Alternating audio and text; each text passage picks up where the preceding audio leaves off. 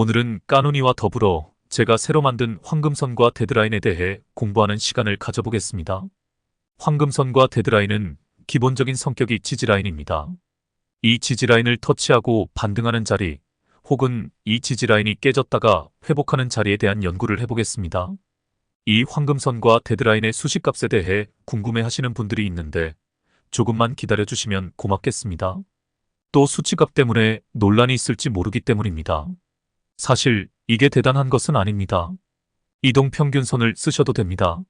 삼촌이 121선이고 아버지가 241선입니다. 또 종목마다 이 수치도 달라집니다. 어떤 종목은 141선을 터치하고 반등할 수도 있고 어떤 종목은 481선을 터치하고 반등하는 경우도 있습니다. 종목마다 그 종목을 관리하는 주포들의 성향에 따라서 달라지기 때문입니다. 저는 그것들의 평균값을 도출하려는 것뿐입니다. 제가 영상 후반부에 보여드리겠지만 황금선이 깨지고 나서 어떤 종목은 데드라인까지 내려오지 않고 정확하게 121선을 터치하고 반등하는 경우가 있습니다. 당장 궁금하신 분들은 각자 종목마다 이동평균선을 이용해 확인해 보시면 좋을 것 같습니다. 그럼 차트로 가보겠습니다. 대상홀딩스입니다. 요즘 정부 정책과 맞물려 저PBR주들이 시장에서 각광을 받고 있습니다. 주로 이름에 홀딩스가 들어가는 주식들이 지주사들인데 지주사들이 저PBR주들이 많습니다. 그 중에 하나가 대상홀딩스입니다. 차트로 가보겠습니다. 제 차트에 새로 생긴 네 번째 보조지표가 보이실 것입니다.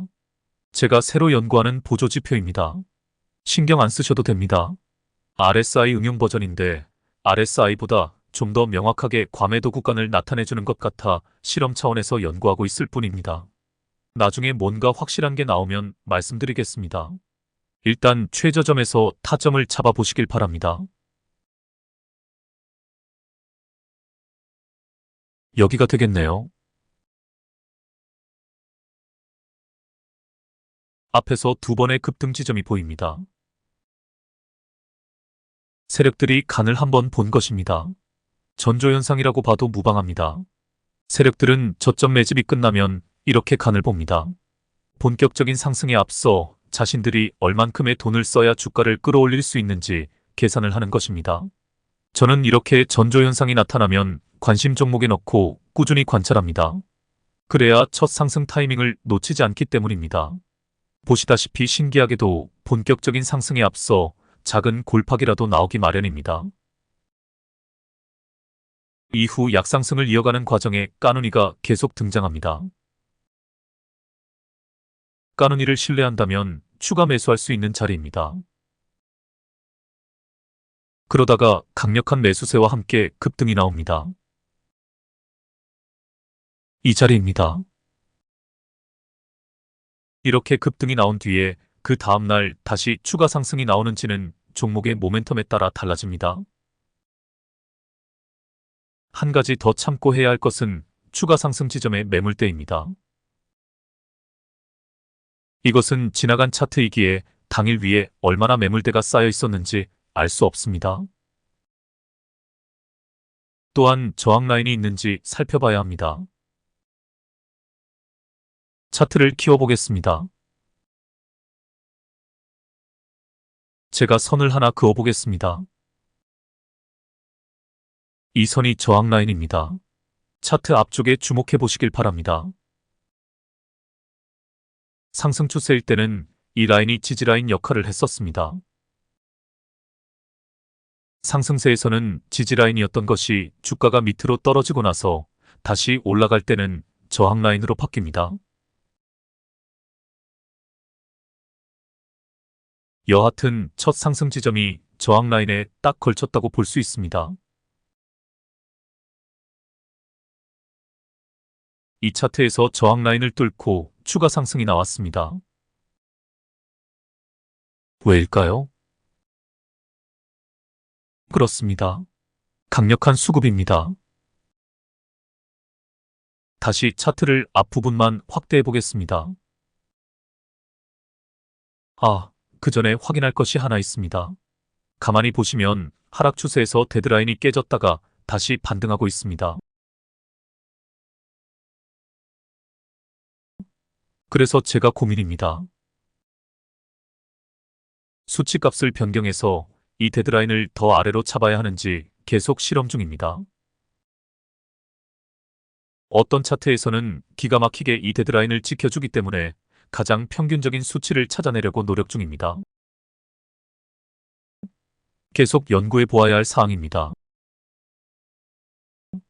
차트 앞부분만 다시 키워보겠습니다. 보시다시피 첫 상승한 날 발생한 거래량의 2배 이상이 터지면서 그 다음날 주가가 갭상승으로 날아갔습니다. 이렇게 강력한 매수세가 들어와야 저항 라인을 돌파할 수 있는 것입니다. 그 다음날 윗꼬리 음봉 캔들이 뜨면서 공중 부양선 안쪽으로 캔들이 들어섭니다. 매도 타점입니다. 이후 주가가 하락하는 와중에 까누니가 떴네요. 제가 표시를 해보겠습니다. 기가 막힌 타점입니다. 최저 거래량 뒤 양봉입니다. 제가 그어놓은 파란 선에 주목해 보시길 바랍니다. 아까 이 선이 저항 라인이라고 말씀드렸습니다. 이제 상황이 반전되어 상승 추세에서는 이 저항 라인이 지지 라인으로 바뀝니다. 주가가 힘이 없을 때는 눌림이 나올 때 이 지지 라인까지 내려오기도 합니다. 이 차트에서는 이 지지 라인까지 내려오지 않고 반등하고 있습니다. 힘이 있다는 뜻입니다. 상승 여력이 충분하다는 뜻입니다. 최저 거래량 뒤 양봉, 즉 까누니 신호에서 타점으로 잡습니다. 그 다음날 도지형 캔들이 뜨네요. 여기서 타점을 잡아도 됩니다. 도지형 캔들을 한번 분석해 보겠습니다. 매물 소화를 하면서 윗꼬리가 길게 달려있지만 상승 의지를 상징하는 아랫꼬리도 만만치 않습니다. 다음날 다시 한번 슈팅이 나옵니다. 공중 부양선을 한 방에 뚫어주네요. 아, 그리고 설명할 것이 하나 더 있습니다. 예전에 한번 설명한 부분인데 잊어버리셨을 것 같아 다시 한번 설명드리겠습니다. 이렇게 상승세가 좋을 때는 상승 과정에 생긴 두 개의 음봉을 모두 매물 소화 음봉이라고 해석할 수 있습니다. 각자의 판단에 맡겨야 하지만 저는 이렇게 상승세가 좋을 때는 매도했다가 다시 사지 않고 계속 끌고 가는 경우가 많습니다. 그 근거는 역시 거래량입니다. 밑에 거래량을 보시면 상승 추세에서 발생한 거래량에 비해 상대적으로 적은 거래량이 발생했습니다. 수익 실현 매물이나 본전 심리 매물이 나왔기에 세력들이 탈출 기회를 준 것입니다. 만약 세력들이 나갔다면 상승 추세에서 발생했던 거래량에 상응하는 거래량이 발생해야 합니다. 이런 경우 각자 판단해서 계속 끌고 갈지 팔았다가 다시 살지를 결정하시길 바랍니다. 장대 양봉이 공중 부양선을 뚫어주는 시점에 주목해 보시길 바랍니다. 역시 엄청난 거래량이 발생했습니다. 그 다음날도 마찬가지입니다.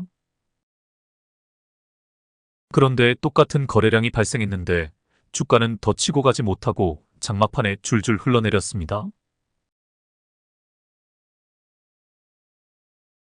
이때 생각할 줄 알아야 합니다. 아, 여기서 더 치고 가기 위해서는 더 강력한 매수세가 들어와야 하는구나. 그래서 그 다음날 주가가 갭으로 떨어진 것입니다. 거래량 없이 말이지요. 거래량이 확연히 줄어듭니다. 이후 뭔가가 보입니다. 뭐가 보이시나요? 그렇습니다. 최저 거래량 뒤 양봉입니다. 여기입니다. 최저 거래량 기법이 어렵기는 합니다. 하지만 단주로 꾸준히 연습하셔야 합니다. 사실 저는 제 기법 중에서 실전에서 가장 많이 사용하는 것이 이 최적 거래량 기법입니다. 이게 숙달이 되면 다른 보조지표 같은 거 다 필요 없게 됩니다. 이 차트에서도 최적 거래량 기법이 확실하게 먹힙니다. 다음날 슈팅이 한 번 더 나옵니다. 하지만 윗꼬리가 길게 달려 공중 부양선 천정이 너무 높게 떠버렸습니다. 고점에서 발생한 윗꼬리 캔들은 저항 라인을 뚫지 못하는 신호라고 누누이 말씀드렸습니다. 확실한 매도 타이밍입니다. 이후 고점에서 저항 라인을 뚫지 못하고 전전긍긍하는 모습이 보입니다. 물론 까누니가 두 개나 떠서 각각 단기적으로 수익을 낼 수 있는 자리이지만 이런 구간에서는 매수를 하지 않은 것이 상책입니다.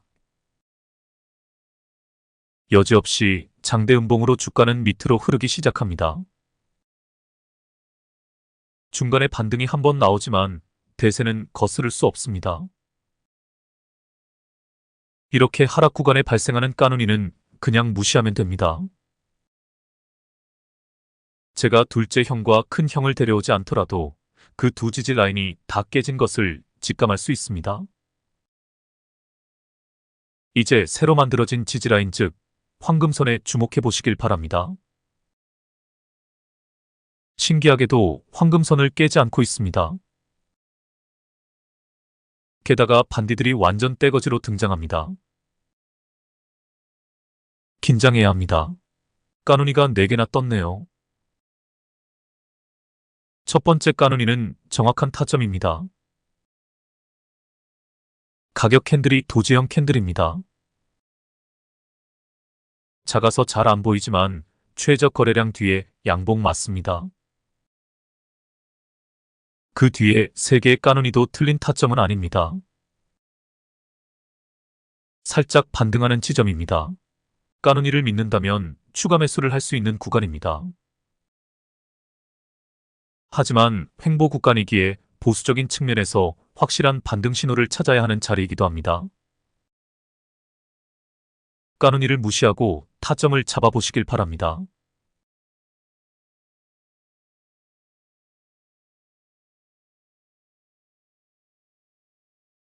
최저 거래량 기법을 활용한다면 여기입니다. 최저 거래량 다음 양봉입니다. 거래량은 미세하게 증가했는데 상대적으로 가격은 크게 올랐습니다. 팔고 나갈 사람들이 다 나가고 살 사람만 남은 자리입니다.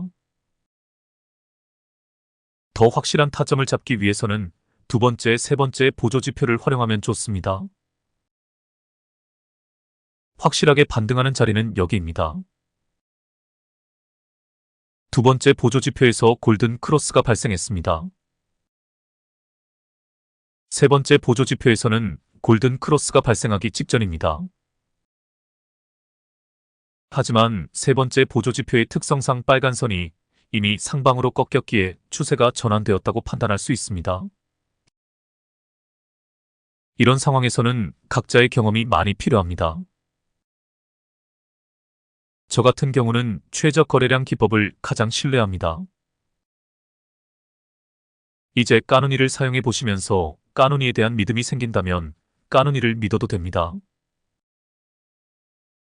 혹은 새로 제가 만든 황금선을 실전에서 많이 경험해 보시면서 황금선에 신뢰를 갖게 되면 황금선을 믿어도 됩니다. 즉, 황금선의 지지를 받으며 반등하는 시점에 타점을 잡아도 된다는 뜻입니다. 혹은 반디 신봉자가 나올 수도 있습니다.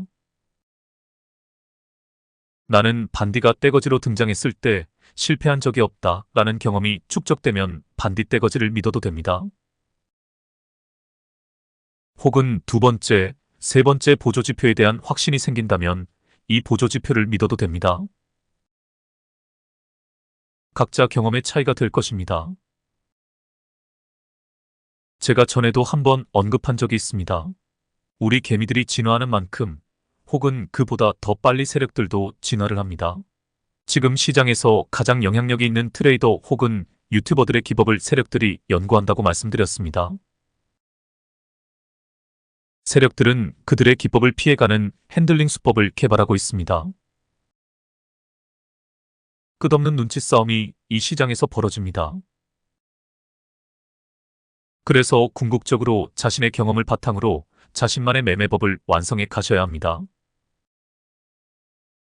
제가 할 수 있는 것은 이러한 여러 가지 보조 장치들을 소개하는 것뿐입니다. 가장 믿을 수 있는 것은 자신의 경험이라는 것을 잊어서는 안 됩니다. 그래서 매매일지를 통해 반드시 성공과 실패에 관한 기록을 꾸준히 작성해 가는 것이 중요합니다. 특히 실패했을 때 내가 왜 실패를 했는가를 점검해 보면 그것이 바로 눈에 보이지 않는 자산이 되는 것입니다. 그리고 그 기록들을 나중에 모아서 전자책으로 발간하여 새롭게 이 시장에 입성하는 주린이들에게 좋은 지침서가 될 수 있도록 해야 합니다. 인류의 문명은 기록을 통해 발전해 왔습니다. 책만큼 위대한 인류의 자산이 없습니다. 저는 유튜브가 새로운 형태의 인류의 자산이라고 봅니다. 여기에는 동시대를 살아가는 인류의 모든 기록들이 다 들어 있습니다. 나중에 우리 후손들이 역사 공부를 할 때 이 유튜브에서 자료를 찾아볼지도 모릅니다. 우리 불개미 군단도 역사의 한 페이지를 장식할 수 있다고 봅니다. 나중에 우리 후손들이 이렇게 생각할지 모르겠습니다. 아, 이런 과정을 통해서 불개미 군단이란 신화가 만들어졌구나. 저는 충분히 그렇게 될 수 있다고 봅니다. 그런 의미에서 우리는 단순히 주식 투자를 하고 있는 게 아닙니다. 역사를 만들어가는 중입니다. 너무 거창하게 이야기하는 거 아니냐고 반문하시는 분이 있을지 모르겠습니다. 하지만 이것을 기억해 보십시오. 스티브 잡스도 착오를 빌려 자신의 사업을 시작했습니다. 그 기업이 바로 지금 애플사입니다. 위대한 역사는 아주 단순한 발상에서 시작됩니다. 뭔가 잘못된 것을 고쳐야 하겠다는 새로운 아이디어가 역사를 만들어갑니다. 저는 이 시장에 입성하고 나서 이거는 뭔가 잘못되어도 한참 잘못되었다 라는 깨달음을 얻었습니다. 아마 많은 분들이 제 생각에 공감하시리라 믿습니다. 하지만 문제를 풀어가는 방식이 중요합니다. 그냥 나 혼자 잘 먹고 잘 살기 위했다면 저는 유튜브를 시작하지 않았을 것입니다. 그냥 나 혼자 연구하고 나 혼자 매매를 해서 수익을 내고 부자가 되는 꿈을 이루었을 것입니다. 제 문제의식은 나 하나에 국한되지 않았다는 것입니다. 내가 피해를 본 것만큼 수많은 순진한 개미들이 이 시장에서 농락당하고 있겠구나 라는 문제의식에서 저는 이 유튜브를 시작하게 된 것입니다. 결과가 어떻게 될지는 저도 모르겠습니다. 진인사 대천명이라 했습니다. 인간은 할 도리를 다하고 결과는 하늘이 정한다고 했습니다. 그저 저는 할 도리를 다하고 있을 뿐입니다. 여러분들도 나에 국한되지 않고 우리라는 의식을 가지고 우리 모두가 다 잘 사는 세상을 만들자는 높은 이상을 가지시길 바랍니다. 그리고 역사를 만들어 가시길 바랍니다. 우리 후손들에게, 우리 손자, 손녀들에게 이 할아비가, 이 할미가 바로 불개미 군단의 초창기 멤버였단다. 바로 내가 불개미 군단이 이 사회에서 뜻있는 일을 할 수 있도록 초석을 다졌단다 라고 자랑하실 수 있기를 바랍니다. 그럼 우리 후손들이 보고 배울 것입니다. 나만 잘 먹고 잘 사는 게 아니라 우리나라, 우리 사회 전체가 모두 잘 될 수 있는 방향으로 나아갈 수 있도록 노력해야 하는구나. 말로만 가르치는 꼰대가 아니라 실천으로 보여주는 산증인이 되어야 합니다. 우리의 여정은 이제 시작입니다. 각자 삶의 자리에서 충실하게 자신의 삶을 꾸려가시면서 자신만의 매매법을 완성하시길 바랍니다. 그리고 우리 불개미 군단이 본격적인 사회운동을 시작할 때 적극적으로 동참해 주시길 바랍니다. 그리고 우리 함께 역사를 만들어 봅시다. 우리 모두가 다 함께 잘 사는 세상을 만들어 가도록 합시다. 이 주식시장이 개미지옥이 아닌 개미천국이 될 수 있도록 노력합시다. 지금까지 제가 관찰해 본 결과 주주 친화적인 기업은 우리나라의 1%도 되지 않습니다. 왜인 줄 아십니까? 이 새끼들이 우리를 호구로 알기 때문입니다. 우리를 무식한 개돼지로 생각하기 때문입니다. 어떻게 하면 지들 뱃속만 불릴까 궁리하는 것이 우리나라 기업들입니다. 작년에 큰 논란이 되었던 이화그룹 회장놈이 고급 헬스클럽에 들락거리는 영상을 가져올까 하다가 말았습니다. 배임 횡령으로 조사를 받고 있는데 일말의 양심도 없이 호화 생활에 스포츠카를 타고 다닙니다. 순환 출자라는 사기수법으로 돈 한 푼 들이지 않고 페이퍼 컴퍼니를 만들어 놓고 주주들의 투자금을 빼먹고 먹튀한 개새끼입니다. 개미들이 얼마나 무서운지 보여주어야 합니다. 국민들이 똑똑해져야 정치인들이 국민 무서운 줄 압니다. 개미들이 똑똑해져야 기업들이 소액주주들 무서운 줄 압니다. 우리가 그런 세상을 만들어 가야 합니다. 나 혼자만의 문제가 아니라는 뜻입니다. 우리 모두 힘을 합쳐 연대해야 합니다. 우리 후손들에게 부끄럽지 않은 세상을 만들어 주어야 합니다. 이 나라를 지키기 위해 우리의 선조들, 즉 수많은 이름 없는 의병들과 독립투사들이 피를 흘리며 죽어갔습니다. 또 이 땅의 민주주의를 지키기 위해 제주, 여순, 광주 시민부터 시작해서 처절한 투쟁 속에 꽃다운 나이에 죽어간 수많은 민주열사들의 넋이 저 하늘나라에서 우리를 지켜보고 있습니다. 이 나라가 어떻게 지켜온 나라입니까? 저는 이런 것들을 생각할 때 울분이 터집니다. 더 이상 사기꾼들이 판치는 세상이 되도록 놔두어서는 안 됩니다. 올바른 세상을 만들어 가야 합니다. 성실하고 건실한 시민들이 자유와 풍요로운 삶을 누릴 수 있는 풍토를 만들어 가야 합니다. 우리 다 같이 나누며 함께하며 잘 사는 세상을 만들어 가야 합니다. 이제 시작입니다. 주식 공부를 하면서 세상 돌아가는 것을 알아야 하고 또 수익을 내서 자금을 확보해야 합니다. 자본주의 사회는 돈이 없으면 아무것도 할 수 없습니다. 하지만 돈이 목적이 되어서는 안 됩니다. 주식 투자로 얻은 수익금을 더 큰 이상을 실천하는 데 써야 합니다. 우리 불개미 군단은 다들 그렇게 하시리라 믿습니다. 그러기 위해서는 일단 수익을 내야 합니다. 또 그 전에 공부가 철저히 되어야 합니다. 우리는 그 길을 한 걸음 한 걸음 걸어가고 있습니다. 그런 의미에서 오늘도 차트 공부를 열심히 하는 것입니다. 그럼 다음 차트로 가보겠습니다. 알테오젠입니다. 차트를 전체적으로 보시길 바랍니다. 본격적인 상승 이후 눌림이 계속 나옵니다. 그리고 반등합니다.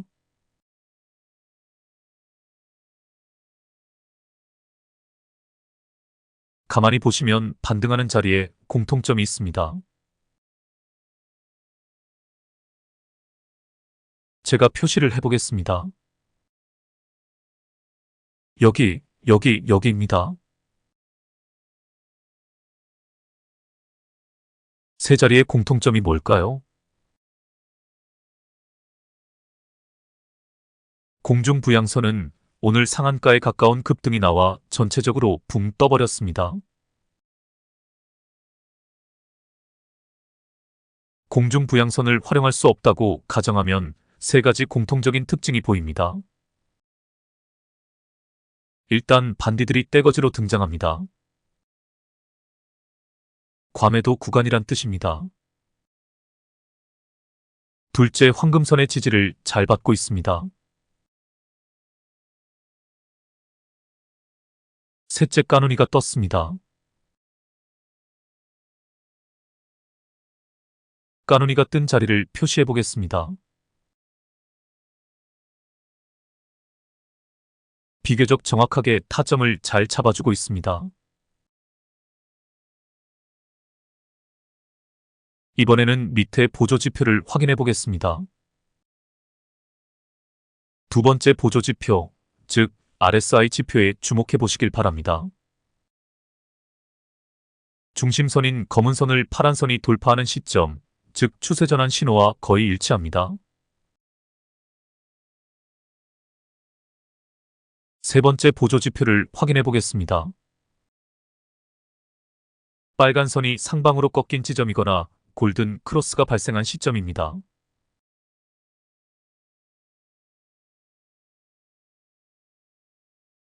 이렇게 여러 가지 지표들을 조합해보면 확실한 타점을 잡을 수 있습니다. 실전에서 잘 활용해 보시길 바랍니다. 그 전에 100개 정도 지나간 차트에서 검증을 해보셔야 합니다. 우하향하는 차트 말고 우상향하는 차트에서 검증을 하셔야 합니다. 우하향하는 구간에서 기술적 반등 같은 거 생각하지 말라고 말씀드렸습니다. 다음 차트로 가보겠습니다. 엔투텍입니다. 최근에 반등이 나왔습니다. 까누니가 없다면 반디 골파기 공중 부양 지점에서 타점을 잡아야 합니다. 하지만 까누니는 한 타임 전에서 타점을 제시합니다. 까누니 타점에 선을 그어보겠습니다. 안 되겠네요. 세 번째 보조지표가 잘 안 보입니다. 최근 부분만 키워보겠습니다. 여기서는 까누니 하나가 없어졌습니다. 없어진 것이 아니라 반디 밑으로 가라앉아서 안 보이는 것 뿐입니다. 빨간 선으로 표시된 까누니 타점 2개를 검토해 보겠습니다. 일단 첫 번째 타점은 최저 거래량 뒤 양봉입니다. 두 번째 보조지표에서 파란 선이 웅덩이를 만들고 상승하는 지점입니다. 세 번째 보조지표에서 빨간 선이 우상향으로 꺾이기 직전입니다. 올바른 타점이 맞습니다. 추세 전환의 지점입니다. 까누니가 어떻게 이런 거를 다 아는지 신기할 따름입니다. 그렇군요. 저도 까먹었습니다. 까누니 수식값이 기본적으로 최저 거래량 뒤에 양봉이라고 말씀드렸습니다. 그럼 두 번째 타점을 보겠습니다. 두 번째 타점이야말로 정확한 타점입니다. 모든 보조지표들이 상승 전환 신호를 알리고 있습니다. 게다가 볼벤까지 바닥에 붙었습니다. 정말 다시 봐도 신기합니다. 그러고는 다음날 급등이 나와버리네요. 까누니가 살아있는 놈이라면 피자라도 한 판 시켜줘야 할 것 같습니다. 또 이렇게 보니 나를 째려보고 있는 것도 같습니다. 뭐해, 빨리 매수해. 이렇게 말하는 것도 같습니다. 다음 차트로 가보겠습니다. NCN입니다. 황금선 때문에 캔들이 잘 안 보입니다. 제가 황금선은 지워보겠습니다. 반디 골파기 공중 부양에서 타점을 잡으면 됩니다. 이 정도가 되겠네요. 이후 까누니가 2개가 등장합니다. 제가 까누니 타점을 선으로 그어보겠습니다.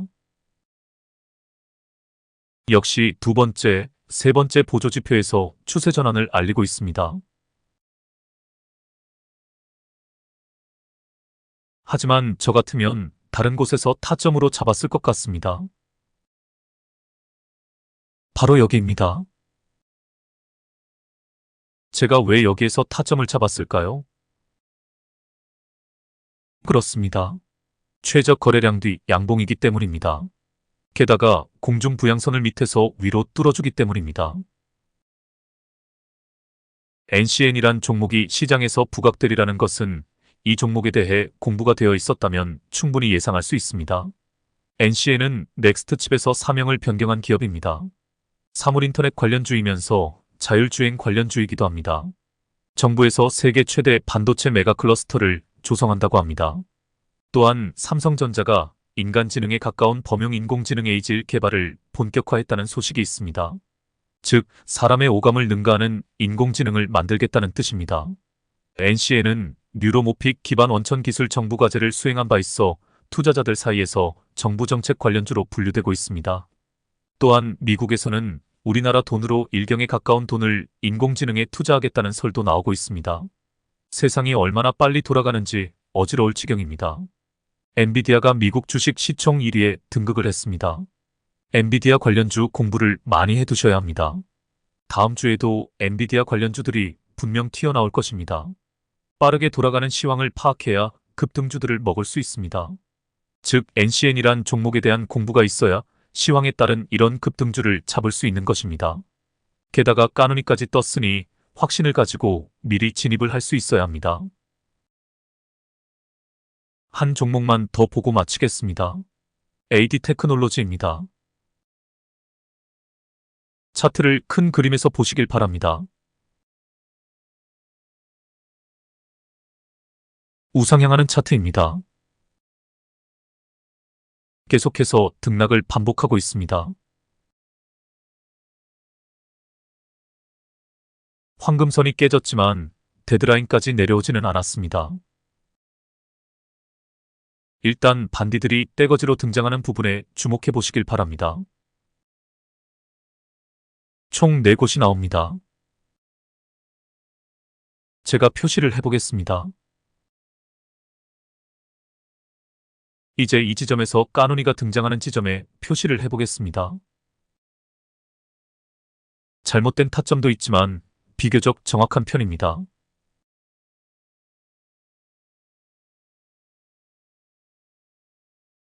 첫 번째 지점부터 살펴보겠습니다. 조금 타점이 잘못되었습니다. 공중부양 시점에서 타점을 잡아야 하는데 까누니는 조금 일찍 타점을 잡았네요. 볼밴도 바닥에 닿질 않았고 두 번째 보조지표에서도 추세선이 중심선인 검은선 근처에 도달하기 전입니다. 세 번째 보조지표에서도 추세선이 상방으로 꺾이질 않았습니다. 까누니가 좀 성급했다고 할 수 있습니다. 정확한 타점을 잡자면 이 정도가 되겠습니다. 두 번째 타점을 보겠습니다. 여기는 비교적 정확합니다. 공중부양선이 오늘 급등을 해서 전체적으로 떠버렸기 때문에 잘 드러나지 않지만 골파기 지점이 분명합니다. 또한 최저 거래량 뒤에 양봉입니다. 앞에 도지 캔들도 있습니다. 세 번째 타점을 보겠습니다. 이것도 조금 틀렸네요. 골파기 지점이 조금 있다가 나옵니다. 제가 올바른 타점에서 표시를 해보겠습니다. 이 정도가 될 것 같습니다. 최저 거래량 뒤에 양봉입니다. 두 번째, 세 번째 보조지표에서도 조건을 만족하고 있기에 여기가 올바른 타점입니다. 하지만 결과적으로는 큰 차이가 있는 것은 아닙니다. 이 차트의 특성은 저점에서 황금선이 깨지고 나서 데드라인까지는 주가가 내려오지 않는다는 것입니다. 추측컨대 이 종목을 관리하는 주포의 평단가에서 지지를 받고 있다고 볼 수 있습니다. 제가 삼촌을 한번 불러와 보겠습니다.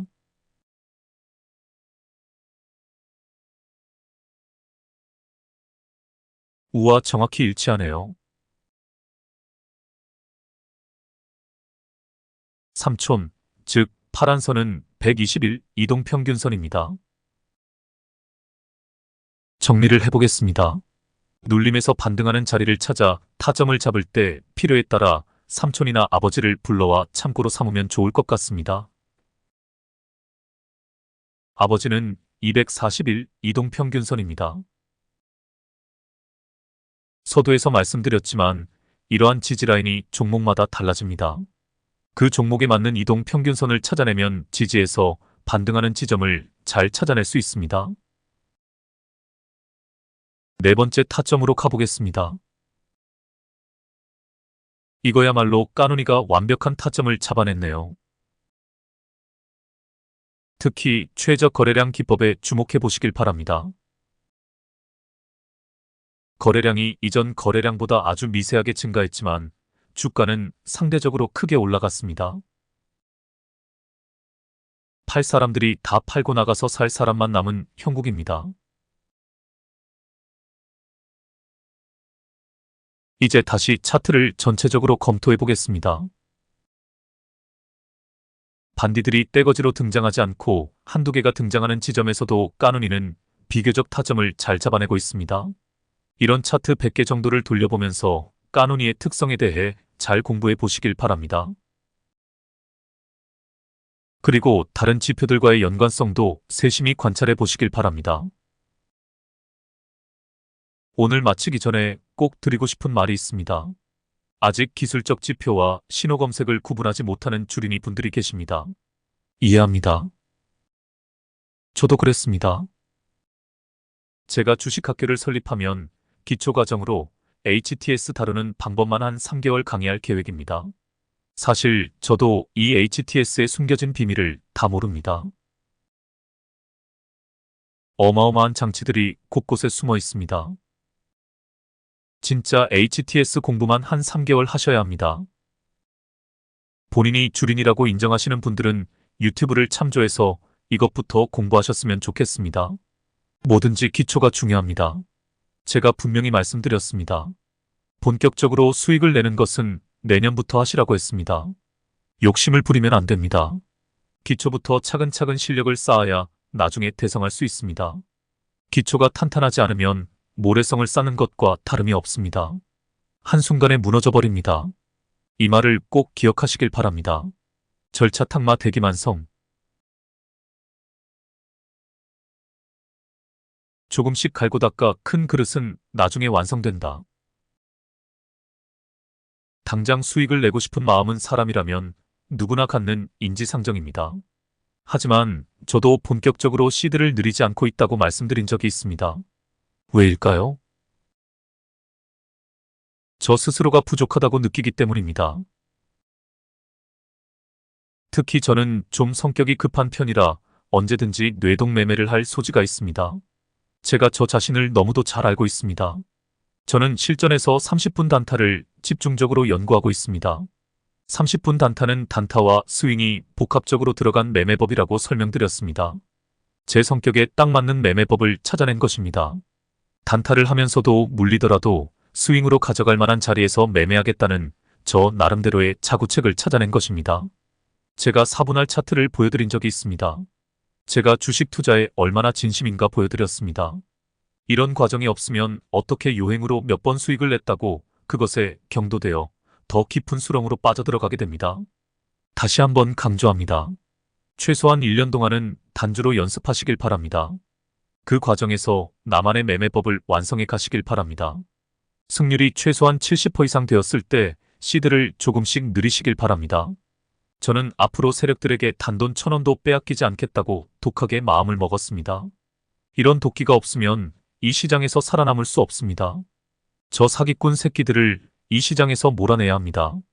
인간 기생충, 인간 바퀴벌레들을 다 청소해내야 합니다. 저는 단 한 마리의 바퀴벌레까지 다 청소해낼 때까지 싸울 것입니다. 이 몸이 부서지고 가루가 되어도 그렇게 하겠다고 하늘에 맹세했습니다. 이런 각오와 다짐이 있었기에 오늘도 이렇게 열심히 동영상을 만들고 있는 것입니다. 우리 후손 중에 누군가가 제 동영상을 보고 사람이 무슨 일을 하려면 이 정도 각오는 있어야 하는구나 라고 느낄 수 있게 될 것입니다. 군자의 복수는 10년이 걸려도 늦지 않는다는 옛말이 있습니다. 복수는 나의 힘입니다. 분노는 나의 동력원입니다. 분노할 때 분노하지 못하는 것 또한 군자의 덕목이 아닙니다. 저는 공자를 증오하고 맹자를 숭상하는 사람입니다. 시간이 되면 이 이야기도 한번 하겠습니다. 맹자야말로 인류 역사상 가장 혁명적인 사상가였습니다. 혁명은 분노에서부터 출발합니다. 정보혁명과 의식혁명이 제 삶의 모토입니다. 저는 이 일을 위해 태어난 사람이라고 스스로 느끼고 있습니다. 하늘이 주신 천명을 위해 오늘도 저는 전사의 심장으로 동영상을 만들고 있습니다. 제가 가는 길에 뜻을 같이 해주시는 여러분들이 있어서 저는 지치지 않고 이 길을 걸어갈 것입니다. 이 자리를 빌어 다시 한번 모든 분들에게 감사의 말씀을 전하고 싶습니다. 그럼 오늘은 이것으로 마치겠습니다. 그럼 편한 밤 되시길 바랍니다.